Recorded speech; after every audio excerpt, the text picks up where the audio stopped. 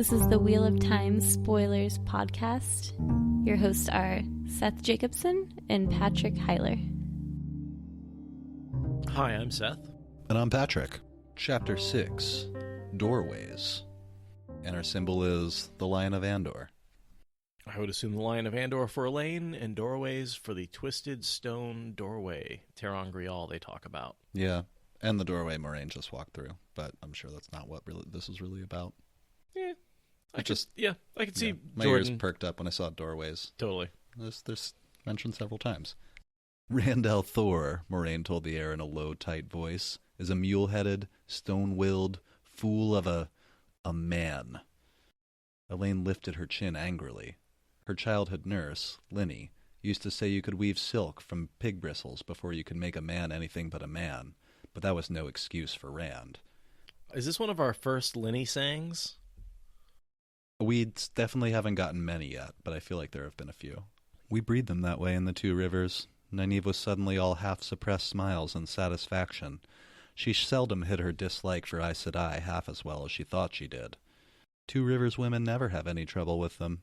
From the startled look Egwene gave her, that was a lie big enough to warrant having her mouth washed out. Moraine's brows drew down, as if she were about to reply to Nynaeve in harder kind. Elaine stirred, but she could not find anything to say that would head off argument. Rand kept dancing through her head. He had no right. But what right did she have? Egwene spoke instead. What did he do, Moraine? The Aes Sedai's eyes swung to Egwene, to stare so hard that the younger woman stepped back and snapped her fan open, nervously fluttering it at her face. But Moraine's gaze settled on Joya and Amiko, the one watching her warily, the other, bound and unaware of anything but the far wall. Elaine gave a small start at realizing Joya was not bound. Hastily, she checked the shield blocking the woman from the true source. She hoped none of the others had noticed her jump. Joya frightened her nearly to death, but Egwene and Nynaeve were no more scared of the woman than Moraine was. Sometimes it was difficult being as brave as the daughter heir of Andor should be. She often found herself wishing she could manage as well as those two. If only Matt were here, he'd know what to say to the girls. Yeah. Same thing. Same thing. Instead, she's more brave. She doesn't get scared the way I do. Yeah. I wish I was as brave as blank. Everybody's scared, they're just hiding it. Even Moraine's scared, she's just competent. She gets scared a couple times. She's pissed right now. Well, she should be. Rand, that wool-brained... Because she's got his plan for him, and he won't tell her what his plan is. He's going to tell her along with everybody else in the Great Columns. Of course, this is right after Moraine is talking about convincing the girls to... in order to keep a secret, tell as few people as possible. So I always think it's ironic that Moraine gets so pissed at Rand for employing her tactics, which is keeping secrets by not telling her. You lead by example. That's what happens. Moraine has this throwaway line, and I don't know what it means, when immediately after what I just read, the guards, Moraine muttered as if to herself. I saw them in the corridor still and never thought. And that's it. Nobody brings it up. Nobody says anything else about it. I have no idea what that means. What about the guards? They're going to throw that out there to see if anyone has a theory, but... I highlighted that as well to ask. That's why yeah. No, I actually was like, yeah, I wanted... There is totally something there, but I don't know what. She smoothed her dress, composing herself with an obvious effort. Elaine did not believe she had ever seen Moraine so out of herself as tonight. But then, the Aes Sedai had cause. Because there was this bubble of evil. I think that my guess is that she saw... She saw all the guards standing outside still and assumed Rand was dead? That's where my head went. Oh, okay. Here's what's going on. She bursts in bitching about Rand, and she walks in and realizes the prisoners are still there. And that's why the guards are still outside. And she's like, "Oh, I thought these guards were done. Well, I can't believe you're still questioning these people. Like, I saw the guards outside." That makes sense. But never thought that you'd still be here. And she burst in being like, "Bah, bah, bah." Oh, and didn't realize she was in front of the prisoners. Oh, right. She just insulted the Dragon Reborn in front of the prisoners. Exactly. She would never normally let that go. She would never not realize those women were there. But that's an example of how she's out of herself and out of sorts. Gotcha. I have another part to read because it's Moraine being a badass. Moraine walked the length of the table, her calm restored. Joya was nearly a head the taller, but had she also been dressed in silks, there would have been no doubt which was in command of the situation. Joya did not draw back, but her hands tightened on her skirts for a moment before she could master them. "I have made arrangements," Moraine said quietly. "In 4 days you will be taken upriver, by ship, to Tarvalon and the Tower. They are not so gentle as we have been. If you have not found the truth so far, find it before you reach South Harbor, or you will assuredly go to the gallows in the Traitors' Court. I will not speak to you again, unless you send word that you have something new to tell, and I do not want to hear a word from you, not one word, unless it is new. Believe me, it will save you pain in Tarvalon.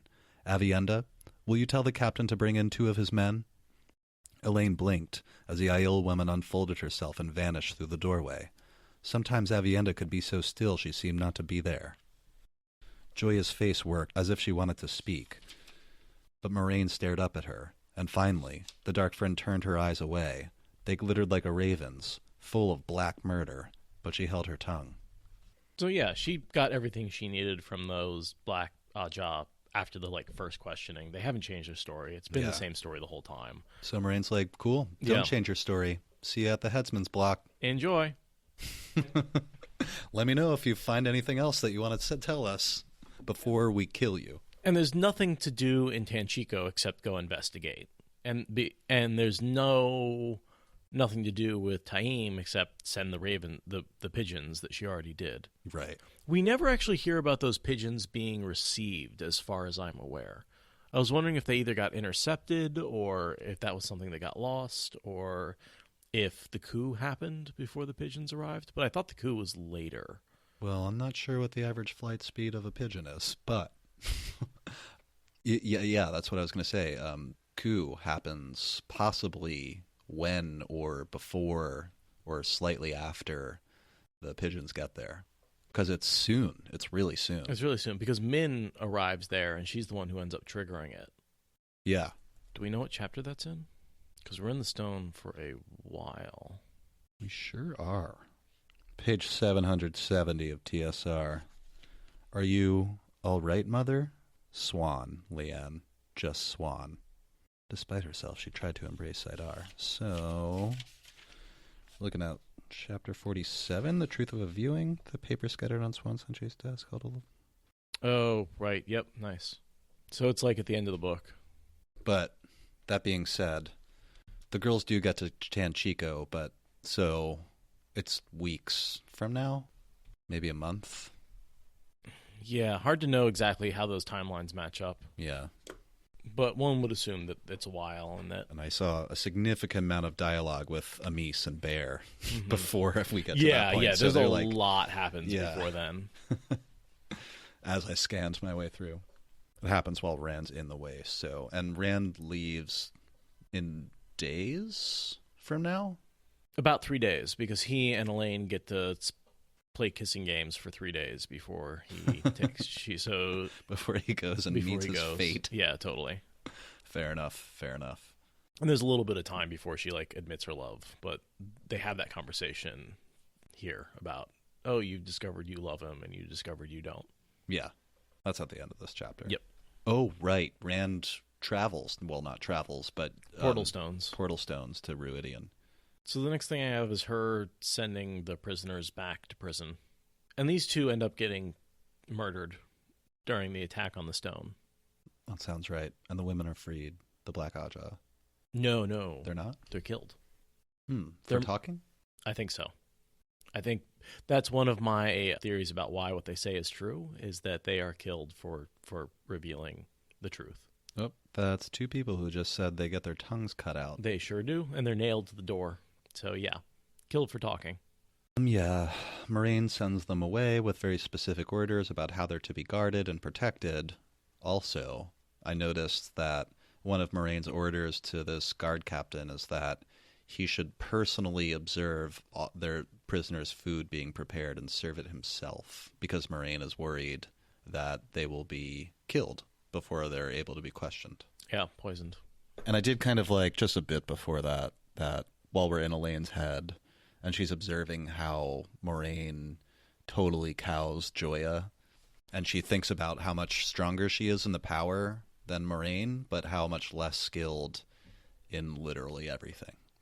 Essentially, Elaine reflects that she feels good about herself for a moment because she knows there are things she can do that Moraine could never.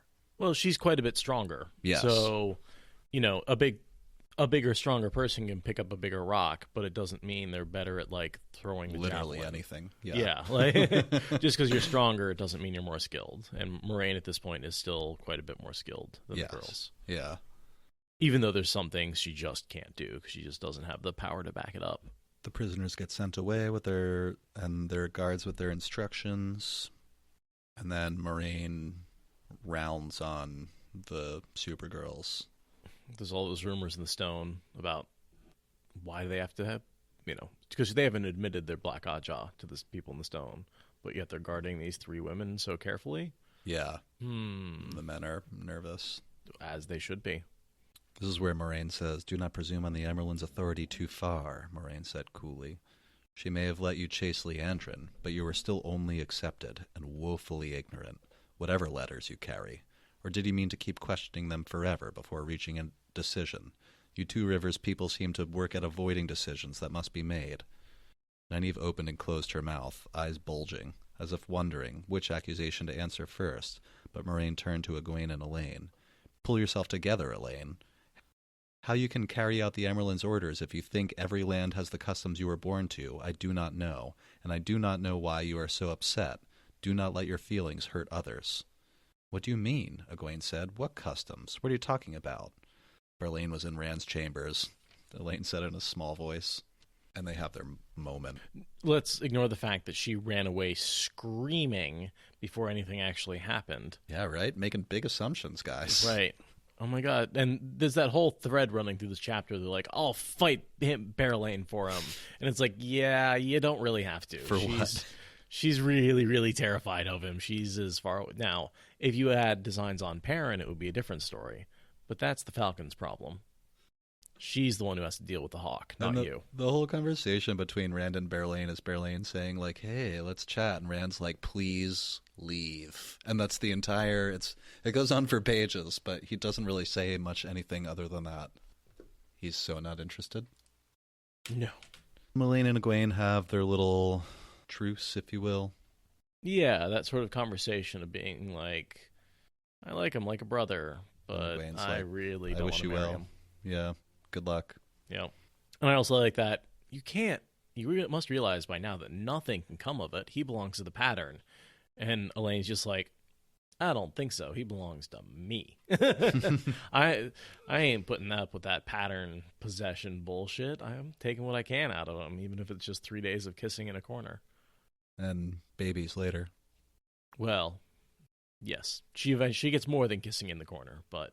Egwene kind of follows up where she rounds back on Moraine, and she says, have you ever been in love, Moraine? What a startling question, the text says. The slender woman was not at all taken aback. For a long moment, she looked levelly at the pair of them, each with an arm around the other. Finally, she said, I could wager I know the face of the man I will marry better than either of you knows that of your future husband. Egwene gaped in surprise. Who? Elaine gasped. The Aes Sedai appeared regretful of having spoken. Perhaps I only meant we share in ignorance. Do not read too much into a few words. She looked at Nynaeve consideringly. Should I ever choose a man, I say, it will not be Lan. That much I will say. 'Cause it'll be Tom. So my assumption is that during her accepted test, or is it Min? My viewing. Yeah, my assumption was Min. It could be either. Sure. We don't know. I think our original assumption was that she found that out when she went through the doorway, but we know she hasn't gone through yet. No, she hasn't gone through yet. Because we see her come out of the doorway, so we definitely know she hasn't gone in yet. She's talking about how she's planning to later in this chapter. But yeah, she does spend a lot of time with Min, so there's that. My guess would be Min, because she knows a lot about how people will marry, and Moraine has certainty about it in a way that doesn't come from going through the rings. Yeah. The rings are possible futures, Min's viewings are certainty. And because she is so certain, I would guess it's a Min viewing that she will be marrying Tom. And they did spend all that time together. All Min would have had to have said is something like, "Hey, that guy, you're going to marry him." Totally. They were all together in a group for a while. And then, of course, I love Moraine's little deception here. Perhaps I only meant we share in ignorance. That's not what you meant. It's not what you meant at all. Yes. Perhaps I only meant. No, it's not. That perhaps is such a little I said I. The difference between I only meant we share in ignorance and perhaps I only meant we share in ignorance is Have vast. you considered that I did not mean what I said? As far as you're concerned, blah, blah, blah, blah, blah. Nynaeve is annoyed at Moraine taking authority over the situation. And whenever Moraine brings up land, it always pisses Nynaeve off. Yeah. Even when she's telling her, I don't want land, she's like, yeah, but you've got him. Really, if anyone mentions his name at all, she becomes distressed. At least until they get married, and then she gets a little dreamy-eyed. She seemed about to rip that braid free and try to strangle the Aes Sedai with it. I think in one of Jordan's original notes, he originally planned to make the relationship between Moraine and Nynaeve more cantankerous, and actually have Nynaeve, kill Moraine at one point. What? It just in his original notes, Yeah. way, way back when. I'm sure that, Nynaeve changed quite a bit, but I think he was trying to have a bit of more confrontation between the two of them. Where'd you see that? Someone was going through Jordan's notes and publishing their discoveries, and I feel like that was one of them. But, like with anything in Jordan's notes, he could, have an idea for something and then not implement it or take the character in a different direction entirely. Yeah. So I don't. But I see sort of that cantankerous relationship in there. Sort of, I always thought it was a little excessive for where they end up, especially considering Nynaeve's perspective, but I can see why he was pushing it a little bit if he wanted to have them have more of a antagonistic relationship. Elaine did not know how she had fallen into the role of peacemaker among these women. Sometimes she wanted to take them all by the scruff of the neck and shake them. But her mother always said no good decision was ever made in anger. Anyone?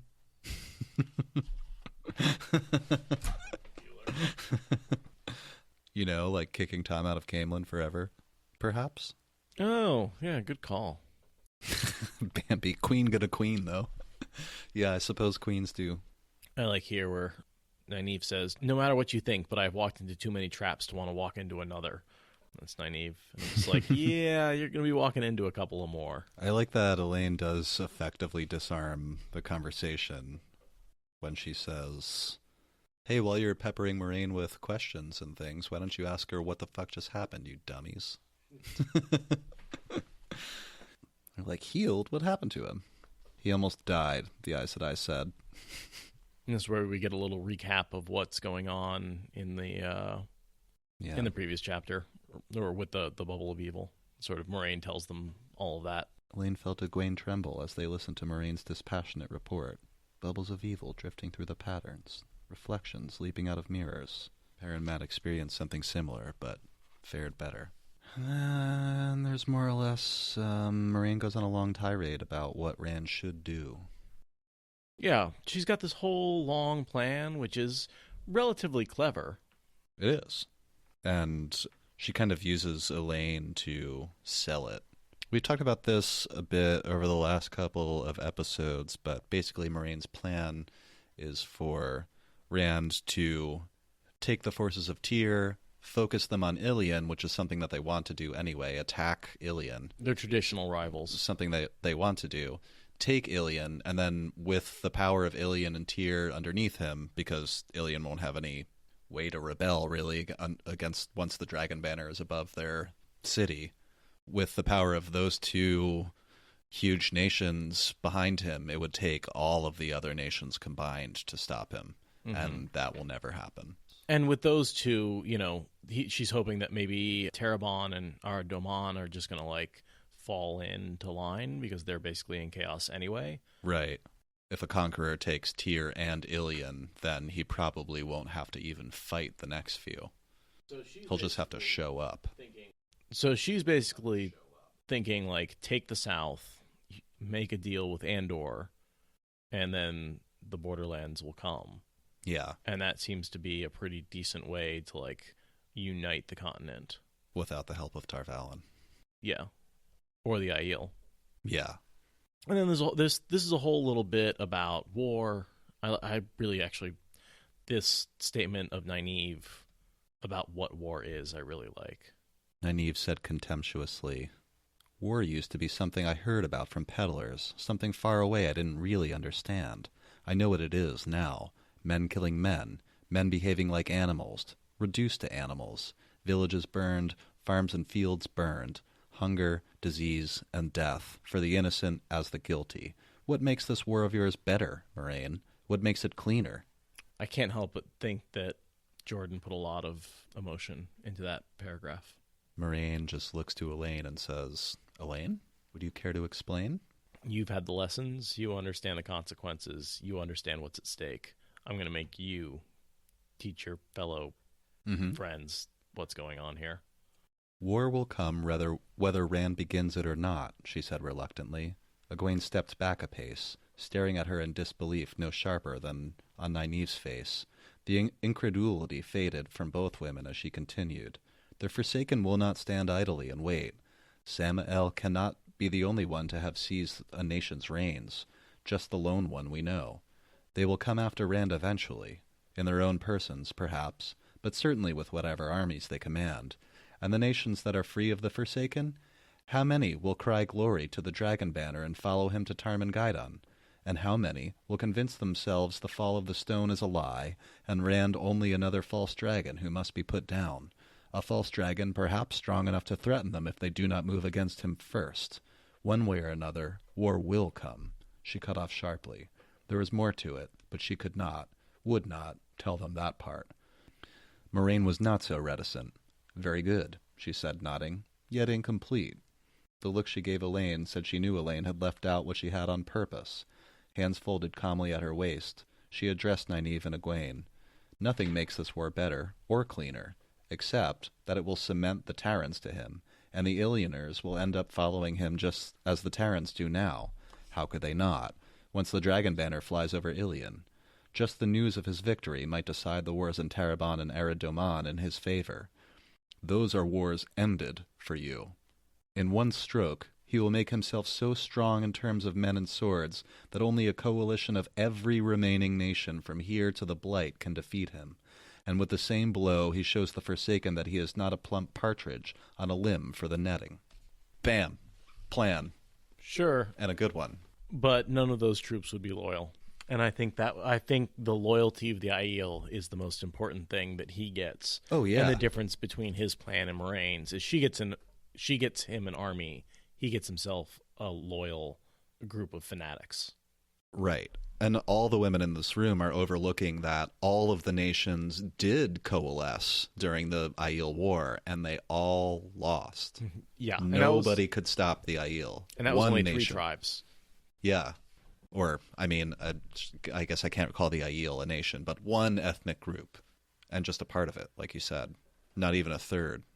And that works until someone starts using channelers as weapons. Sean Chan. Sure. So next thing I have is the prophecy that Rand quoted to Moraine that he's using to sort of determine what to do next. And I wanted to break that down line by line. Sure. It's really murky and barely means anything without... With the power of hindsight, we know exactly what this means. Right. But ahead of time, you're like, I don't know. Power of the shadow made human flesh. I think that's Ishmael. I was wondering if it was Shadar Haran. Although I don't know what he would have to do with the rest of this. I feel like it's a little early to be Shadar Haran. Yeah. I feel like that first line is saying, this Ishmael is flesh and... Power of the shadow made human flesh, wakened to turmoil, strife, and ruin. And it's that wakened thing that makes me think it's Ishmael who wakes every 1,000 years. and creates turmoil, strife, and ruin. I dig it. The reborn one, marked and bleeding, dances the sword in dreams and mist. I think that is Rand after going to Ruidian, because he's the reborn one, so therefore we know it's the dragon reborn. And he's fully marked. And he's fully marked with the dragons on his sleeves. Twice and twice. Twice and twice shall he be marked. And then dancing the sword in dreams and mist, I think that has to do... The mist is Ruidian, and he dances the sword with those dragon creatures and the bubble of evil. Chains the shadow sworn to his will. Asmodean. Yeah. So that's where he captures Asmodean and binds him to teach him. From the city lost and forsaken, Ruidian. Yeah. Leads the spears to war once more. The people of the dragon, the Aiel. Yep. Breaks the spears and makes them see. That's where he tells them about the vision that he sees in the stone columns, breaking the spears. The truth long hidden in the ancient dream. Right. By telling them the truth of the vision of Ruidian. A lot of the clan chiefs die when he tells them the truth, and a good chunk of the Aiel people lose hope and essentially break. So yeah, I mean, it's a prophecy that lays out basically the rest of this book. She grimaced. It applies to this as well as it does to anything. Ilion under Samael is surely a forsaken city, and they start going over... The dangers of prophecy, you can pretty much interpret the lines ahead of time in any way.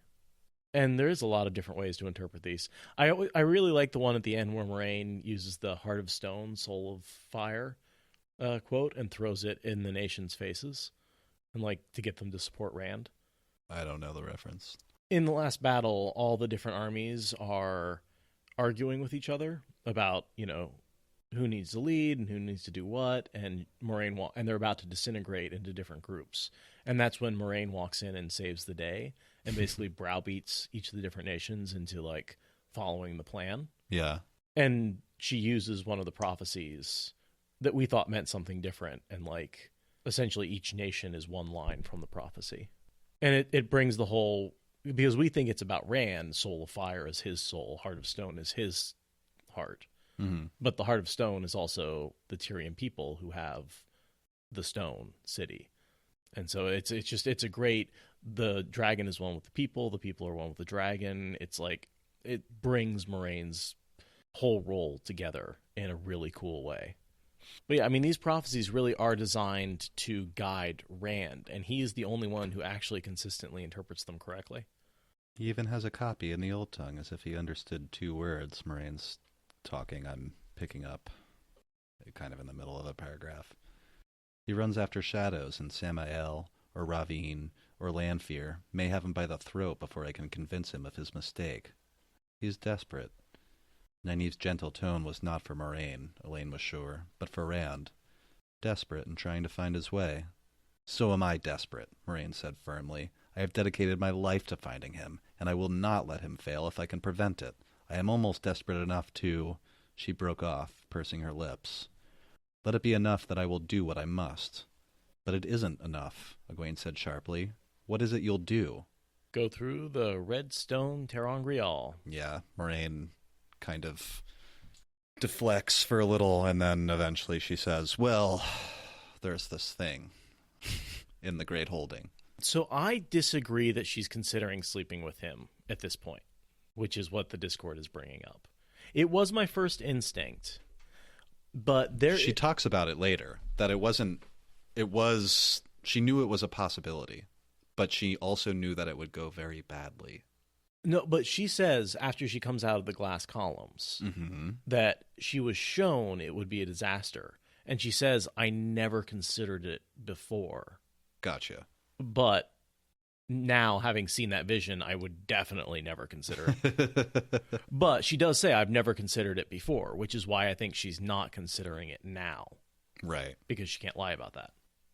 So I honestly think because of that statement, she never considered it before going through the glass columns. No, I don't think so either. Although I do understand how that could be a good in to control him. Sorry, she did not go through the glass columns, because that would have shown her the vision of the Aiel. She went through the 3 rings, one of the rings in Ruidian, that showed her. Right, the Aiel ring. Yeah, I kept saying glass columns instead of the the Aiel ring. Yes.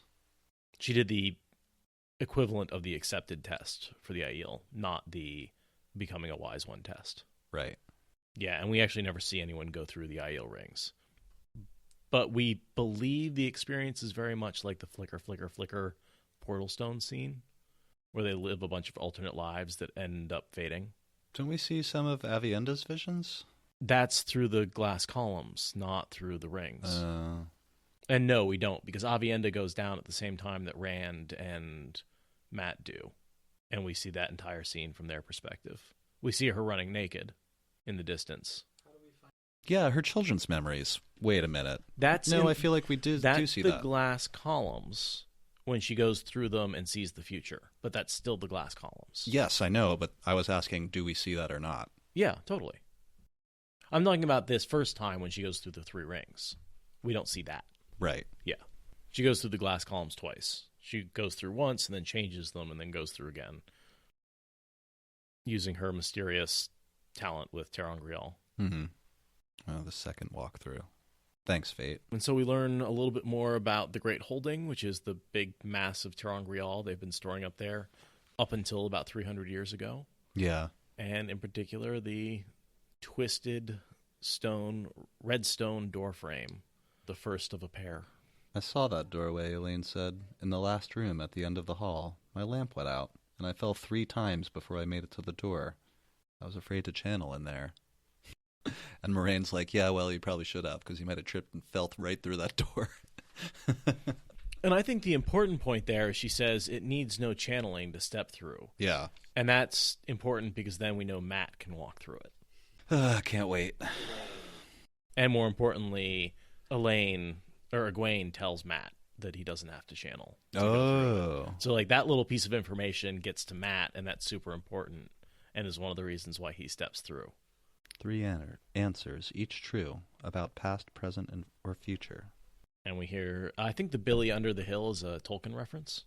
Yeah. For Mr. Underhill, which is the name Frodo or Bilbo takes when he leaves. I think could be Bilbo Under the Hill. Yeah, Bilbo. Yeah, exactly. It's Billy Under the Hill is a reference to Bilbo Under the Hill. In the Holding, there aren't many Angreal, but Rand does find his little fat man Angreal in the Great Holding. Oh yeah, cool. I forgot about that.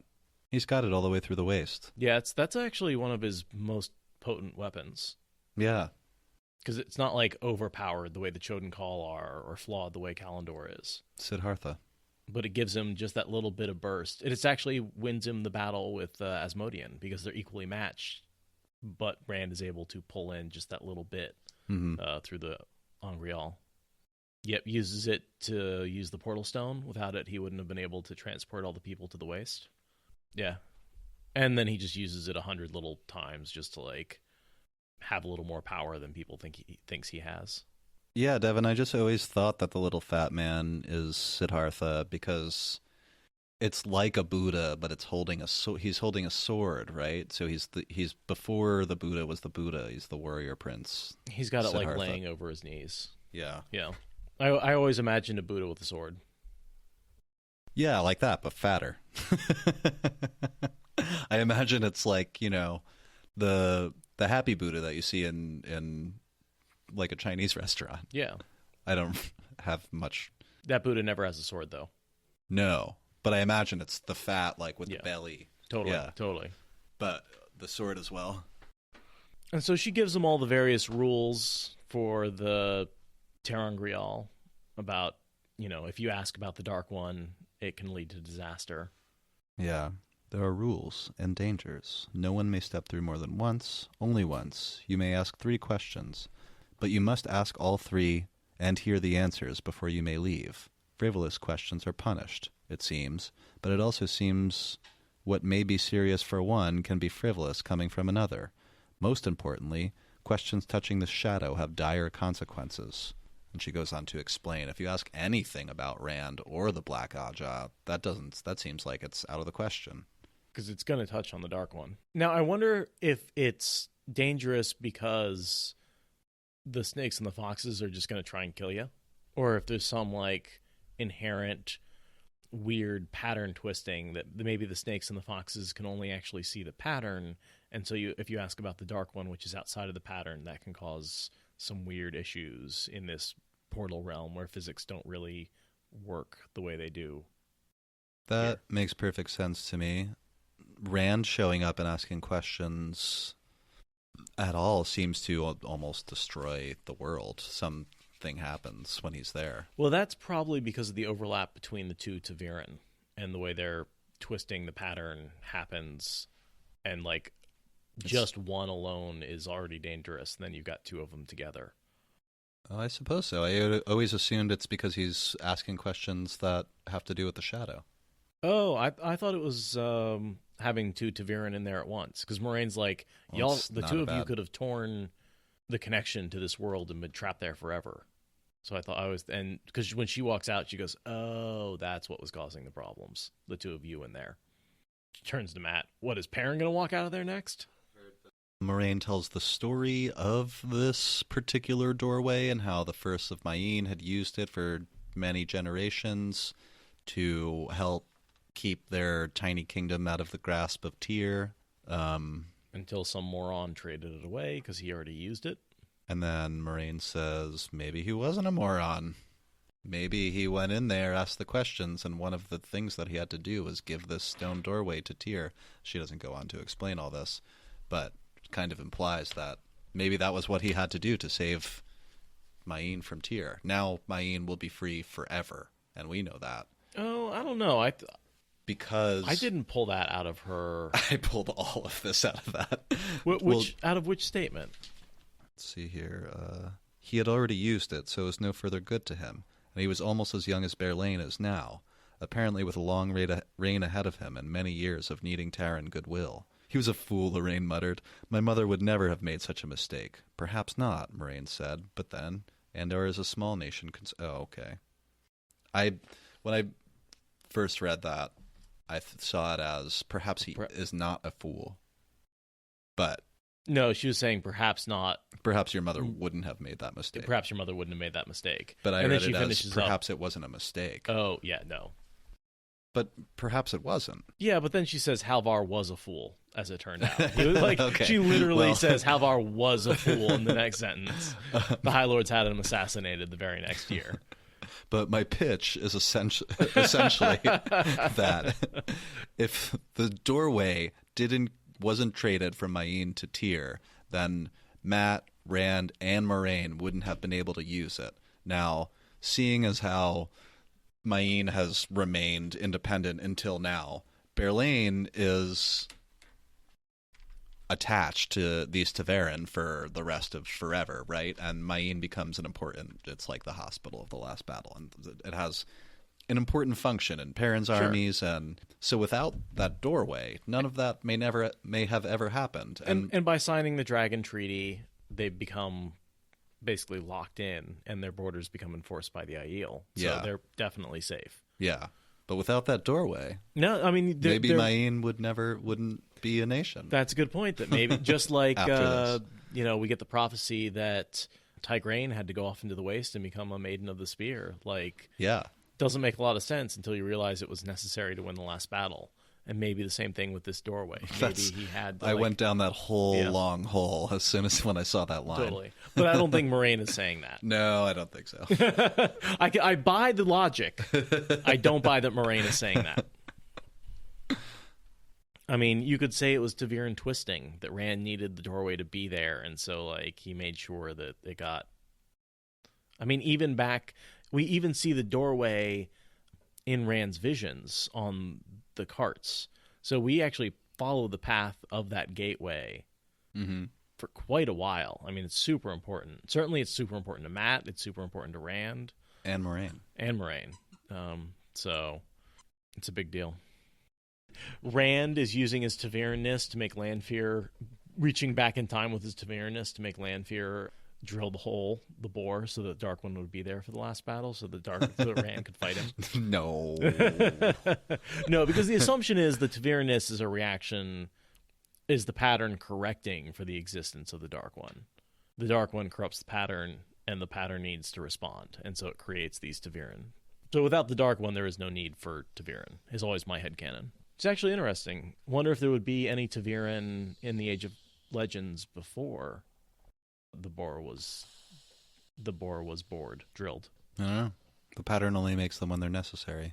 And I guess if you live in an Age of Legends, you don't need Taviran. So here's where Moraine talks about the pigeons, which, as far as I know, we never get any evidence that they reach the White Tower, but I'm just going to assume that they do. Yeah, and possibly are ignored because of disruptions in the White Tower. And, I mean, even if they aren't ignored, like... It's not enough. Okay, so dispatch some warders or something to ride all the way to where you think Tame might be. Like, how long does that take? Right, yeah, who knows? Let me see more of the girls talking after Moraine leaves. A little bit about Gabriel, which is kind of interesting, where, like, Matt must have been exaggerating. My mother would never swoon over a man like that. The only thing I had in between is just the conversation about the three women. They talk about the fact that Min joked about sharing him with her and Elaine and somebody else. And she's like, I wonder if that was a viewing that she's not telling me about. And it's like, yes, it is. And Avienda's the third woman, you know? It's almost tragic that when Elaine leaves here, she turns to Avienda and says, watch over Rand for me and keep him safe. Yeah. Because it ends up, Avienda falls in love with Rand, and she ends up beating herself up so much because she made this promise to her best friend. And then she sharpens a knife for an entire book. Right. Offering to get killed. Yeah, totally. And then I always like this statement. This always rang true to me for some reason. My mother says men are different from us. She says we want to be in love, but only with the one we want. A man needs to be in love, but he will love the first woman to tie a string to his heart. That's probably true. I don't know. That's one of those statements that has stuck with me my whole life. Like, you know, when you're reading the book as a kid, like sometimes random statements by characters have profound impact on your life. Sure. This one definitely did on me. What do you guys think of that statement? Is it true? Bambi says it's sweet and true. I agree. Yes, it is very much a stereotyping of relationships. Stereotypes can be fun. They make the world easier to understand. I know. There are certain, you know, anything like this is not universal. There are, of course, exceptions. And exceptions prove the rule. It is also monogamy normative. Yes. Well, this whole book is, unfortunately. I mean, more or less, yeah. Even if there are gay relationships, it's assumed the characters are straight. Oh, but monogamy normative. Oh, monogamy, yeah, sure. Some people are. Min and Elaine are like, we don't want to share, and Avienda's like, well, it's cool as long as we do it the right way. Right. And Min's kind of like, well, I guess I have to. It's not like I have a choice. Yeah. Like, she sort of resigned because she has resigned herself to believing her visions. And she's like, well, I can't fight my visions, so I'm forced into this four-way relationship. But I think they all come to enjoy each other and become friends. Less so with Min and Avienda, but they just don't have time. I also like that they bring up Else Grinwall. In reference to Bear Lane. Yeah. She's like the prototypical, like, hussy they keep bringing up. You remember that hussy Else Grinwall? Yeah, we're almost done with this chapter, so I'll read this bit with Nynaeve because I thought it was kind of clever and good of Nynaeve. She's being a good wisdom in this scene. So, she said, taking a chair, you've discovered you are in love with Rand, Elaine, and Egwene has discovered that she isn't. The two younger women gaped at her, one dark, the other fair, yet a near mirror image of astonishment. I have eyes, Nynaeve said complacently, and ears, when you don't take the trouble to whisper. She sipped at her wine, and her voice grew cold when she continued. What do you mean to do about it? If that chit Bear Lane has her claws into him, it will not be easy to pry them loose. Are you sure you want to go to the effort? You know what he is. You know what lies ahead of him. Even setting the prophecies aside. Madness, death, how long does he have? A year? 2? Or will it begin before summer's end? He is a man who can channel. She bit off each word in tones of iron. Remember what you were taught. Remember what he is. Elaine held her head high and met Nynaeve's stare for stare. It does not matter. Perhaps it should, but it doesn't. Perhaps I am being foolish. I do not care. I cannot change my heart to order, Nynaeve. Suddenly, Nynaeve smiled. I had to be sure, she said warmly. You must be sure. It isn't easy loving any man, but loving this man will be harder yet. Is everything a test? But it was, basically. Yeah. Yeah. I liked it. I just liked it. That she decides to grill them, or to grill specifically Elaine. I wrote down Nynaeve went full on wisdom. All right, you foolish girls. Let's sit down and figure this stuff out about a man. Dropping wisdom. Nice one, Bambi. Nice. That's Nynaeve dropping wisdom.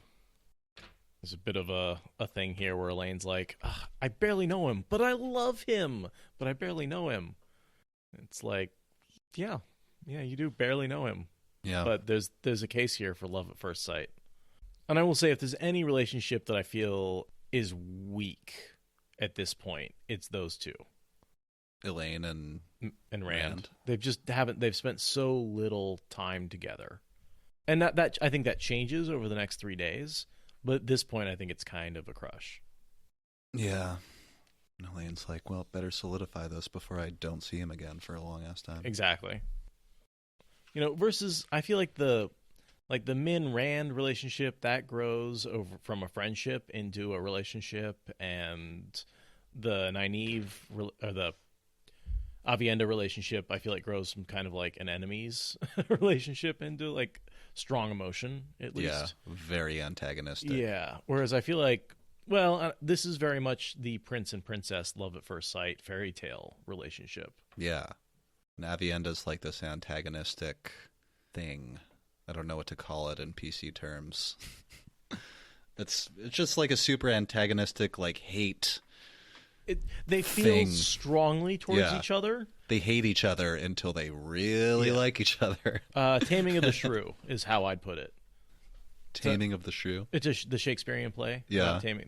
And it's basically about two people who hate each other very much until their friends decide to set them up and go behind their back, and they're like, he likes you, and go to him, she likes you, and they don't actually. But then having heard that, it makes you consider it. Yeah, and then they have all these strong emotions, and those strong emotions go from strong hate to strong love. I feel like most people who have done some dating have been in a similar situation where, like, hear someone say, like, this person spoke very highly of you, like, they think you're pretty cool, and you're like, oh, what do I think of this person? Sometimes that's what it takes for you to stop and consider. People are telling me I confused up, or I mixed up Taming of the Shrew and What You Do About Nothing as Shakespearean plays. I'm sorry. I never did like Shakespeare, so you guys go ahead. Shakespearean romantic comedy gets a little confusing. The rest I have is her working up the courage to be like, I'm just going to ask him out. Egwene tries to give her some cute advice that's like kitschy and adorable. In the Two Rivers, Egwene said so slowly, if a woman wants a man to know she is interested in him, she puts flowers in his hair at Beltane or Sunday, or she might embroider a feast day shirt for him any time, or make a point of asking him to dance, and no one else. I'm not suggesting you embroider a shirt. Elaine gave her an incredulous look. I'm not suggesting you embroider a shirt, but there are ways to let him know how you feel. Actually, Elaine does a really nice stitch. She could embroider quite a nice shirt. Probably. Yeah. Of course, Mayanners also believe in showing up in the middle of the night in nothing but a nightgown. Elaine does respond saying, Mayanners? Is that how you say that? Whatever. Sure. Mayanners believe in speaking out. Elaine's voice held a bit brittle edge. Perhaps that is the best way. Just tell him right out. Which she pretty much does. I'm fond of you, Rand. You might even say more than fond. Oh, she wasn't going to say it right out until he said something in return. Yeah, I remember that scene. Fair enough. I mean, it's as close as Elaine will probably ever get. And he responds, I'm fond of you too, Elaine. Oh, God. And then the letters that she writes right before she leaves Tyr. I'm laughing because... What are you doing to him? I was trying to take his toy away with my feet. Oh, I mean, okay. he keeps shoving it into my lap. He usually doesn't growl like that, except when he's got his bone. Nynaeve says, it's more important than all this is what you will do when we have to leave here. Whether it's Tanchico or to the tower or somewhere else, we will have to go. What will you do when you've just told him you love him and you must leave him behind? What if he asks you to stay with him? What if you want to? I got duties. Elaine says, I'll go. Pretty much that simply. And for once, a short readout. Elaine looked from one to the other of them. In truth, I feared he might tell me I was foolish, fretting over a thing like this when we have the Black Aja to worry about.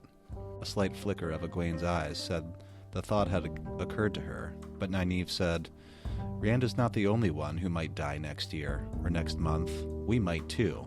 Times are not what they were, and we cannot be, either. If you sit and wish for what you want, you may not see it this side of the grave.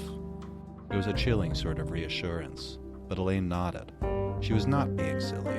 If only the Black Aja could be settled so easily. She pressed her empty silver goblet to her forehead for coolness. What were they to do? Relationships do develop some urgency during wartime. And Nynaeve's making a good point, like, hey, get it in now, you might be dead tomorrow. Yeah. Enjoy your jollies. Yeah. Yeah.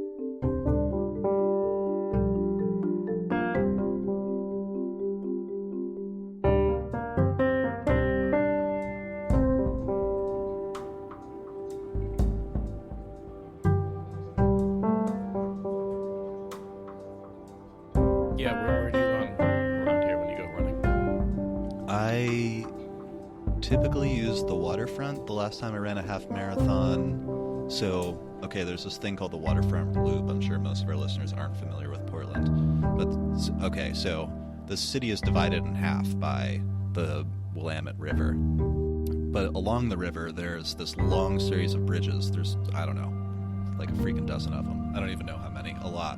And a lot of it is like designated walking, cycling path, and there's like a park and stuff. Now the loop that goes from the Tillicum Bridge, so you cross the river across the Tillicum Bridge, turn north, and then you run all the way up to Steel, right along the waterfront. Steel Bridge is what I mean. Then back across Steel to the east side and down, and that's something like 4.8 miles. So the last time I ran a half, I ran from my apartment to Tillicum, which was like 1.7 or something like that. And then I did 2 loops and ran back. It was something like that. Or I may have, I had a whole system worked out at the time for like where my apartment was in reference to the bridges. It was like 2 in, 2 back, depending on exactly where I started. And then doing the loop twice is approximately 10. So that would get you up to like so altogether 14 that's miles. Like, yeah. Roughly. And then sometimes I would warm up and just like walk a mile or 2 away, like east away from the river from where my apartment was, and then run down. It's also downhill all the way to the river, so that's helpful. Yeah. And it's a really slight grade, so running back sucks, but it's only a mile or 2 at the end because you're going up. But for the most part, if you run along the river, it's flat, so that's nice. Would you say it's water level? Roughly, yeah. You're like a few feet above the river. I think the Portland Marathon is canceled due to poor planning. But really? Yeah.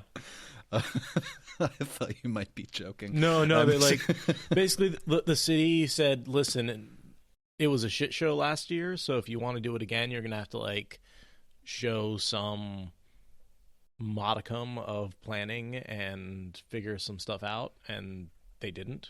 And so the city said, well, then we're not going to hold it. And so it was just like a disagreement between the city and the organizers over what needed to be done to make it happen. And so it didn't happen. There's a couple other really popular races. There's like the Shamrock Run.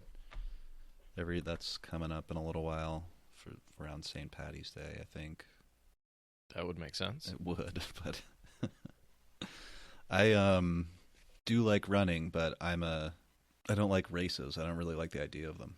That's not the point. Isn't to outrun anybody. The point is to see how good I can do. It's to outrun yourself. You're gonna try to do a 50K, Ogier?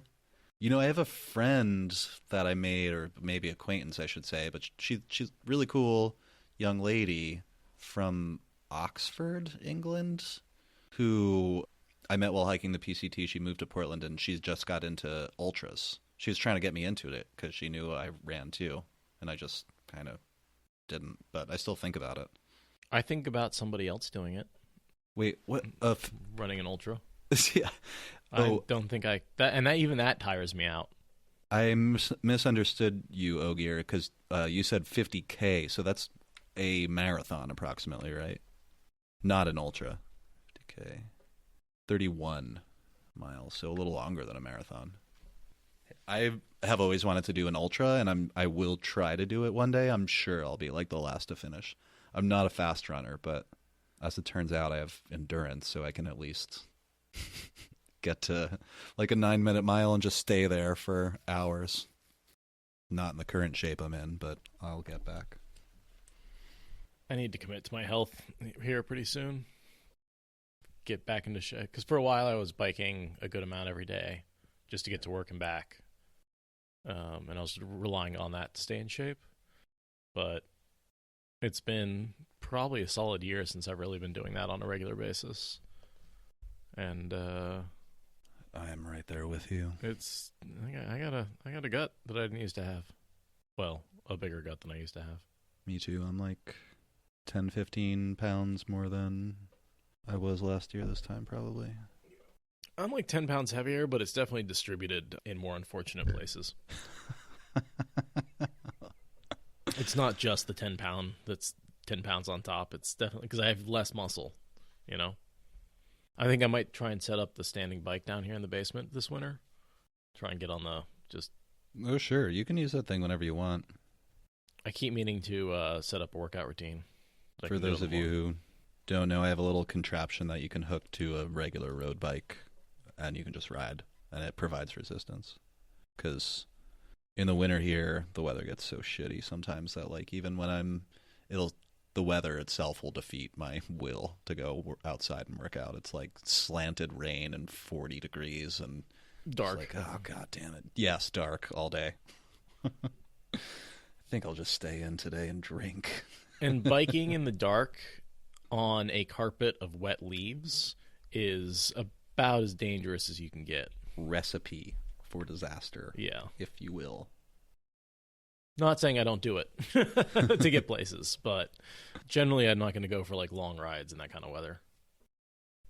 And I am not a runner. I need a low impact sport. High impact sports hurt so much. Swimming was my jam, but I can't do that anymore due to my shoulder, which is totally messed up. Thank you, swimming. And so now I bike. I should be ready to run the Man vs. Horse marathon sometime in 2020. So we'll keep you updated. Get my passport in order by then. See you in Wales. I will that would actually be your really support cool. crew. Fuck yeah. You can ride your bike and throw me Gatorade or whatever. Totally. I'll just have like fanny packs, or not fanny packs, panniers full of Gatorades and energy bars and shit like that. It'll be easy to keep up with if you're on a bike. Totally. Been saying I'm going to do that one day ever since I read The Wheel of Time the first time and back in 2006, 5. Oh, it wasn't even all out yet. That was when I got really into The Wheel of Time. I got news for you. You're still really into The Wheel of Time. Oh, yeah. I mean, that was when it began. Okay. I used to be into The Wheel of Time. I still am, but I used to, too. If you went back in time and told 20-year-old Patrick, someday you'll be spending a lot of time making a podcast about The Wheel of Time, I'd be like, yeah, I believe that. This is unremarkable. I mean, honestly, if you went back and told my 18-year-old, my 17-year-old self I'd been like, oh, I thought I would be teaching a class on it. I didn't realize I'd be doing a podcast. Right. that would have been my response, is like, oh, okay, yeah, totally. Or what's a podcast? Right, well, that would have been my first response. Yeah. In the early 2000s. I'm not sure. I knew that podcasts existed, but I was like, I didn't necessarily have devices to. Oh, gosh. 96, 97, the idea of like radio was the closest thing we had to a podcast. Yeah, I remember that. I remember listening to like Radiolab and them being like, and if you want to listen in podcast form, it's just like, what's the point? It's on every Sunday. Podcasts weren't a thing until iPods were a thing, which wasn't until like 2001, 2002. And then it took a while after that. So I feel like podcasting, the term podcast didn't exist until like 2004. Yeah, and then it was a thing, but it was this like bulky, difficult thing to have. Yeah, you had to like download the episode, copy it over onto your iPod, then listen to it. And it was only and I listened to some early podcasts because they were all tech nerds. And I enjoyed the tech nerd podcast, but you had to be a lot of the first podcasts were, hey, this is a podcast about how to make a podcast. But I do think listening to all of that early stuff really helped me and helps us make a better podcast, because I listened to a lot of the mistakes they made. We were able to pick out cheap but quality microphones that capture the sound quality we're going for. And there's a lot of pieces of software out there that didn't exist when podcasts were first being made. Totally. And there's a bigger audience out there, I feel like. And streaming. Yeah. I can listen to any podcast I want at any time. Totally. Yeah, and where it became to the point where you can it's not data prohibitive to stream a podcast just while you're out and about. Just like, oh yeah, okay, whatever. Streaming sound is fine over your cell phone connection. Yeah. I remember when I couldn't even listen to music over the idea of like listening to music over your internet, even downloading a song took like a day. Dude, LimeWire was a disease-ridden piece of junk that only came around because Napster was shut down. Peer-to-peer. Torrenting is the way to go, and has been for a long time. I used to queue up all my downloads and then... Oh, I shouldn't talk about this. Well, I'll cut this out. I used to queue up all my downloads and then go sit at the public library because they had really fast internet connection. Send your cease and desist letters to the state of New Jersey, suckers. Have I told you about the time I turned the entire University of Kansas's bandwidth into a hosting site for a major motion picture? No. I was torrenting, and everybody went home for the holidays, and I just left an unlimited torrent going in my dorm room. And there was nothing going on in that entire... So I got back, and it was something like... You know, it always says you've uploaded like 2 copies of this thing. Yeah. It was something like 200,000 copies of this movie. Like I was like the central. I don't even remember anymore. It was a 2005 action hero movie of some sort, and it just who knows what was popular back then. Barely remember 2005. But yeah, I basically used an entire like T3 line for like a week to upload this movie over and over and over and over again. We do be pirates. I got a letter. Now I just like to check into the Comcast email account that they give you. I log in there like once a year, and it lists all the movies that we downloaded from the Pirate Bay. And it's like, warning, we have detected that a malicious person is downloading this copyrighted material. And it's just like 50, 60, 70 emails like that. They know who's doing it. We're not hiding it from them. But everybody's doing it. I have learned increasingly that is not true, and I'm an exceptional person for being able to pirate all this stuff. It's actually really easy. Just need 2 pieces of software. One is a web browser. I taught I taught my father, who is a grandpa, how to do it in a relatively short period of time. Follow these simple steps. Now that we've created 15 minutes of content that has to be cut for yeah, a good chunk of that needs to go. Thank you for listening to the Wheel of Time Spoilers podcast. Rate us in the Apple Podcast app or support us on Patreon. that good enough?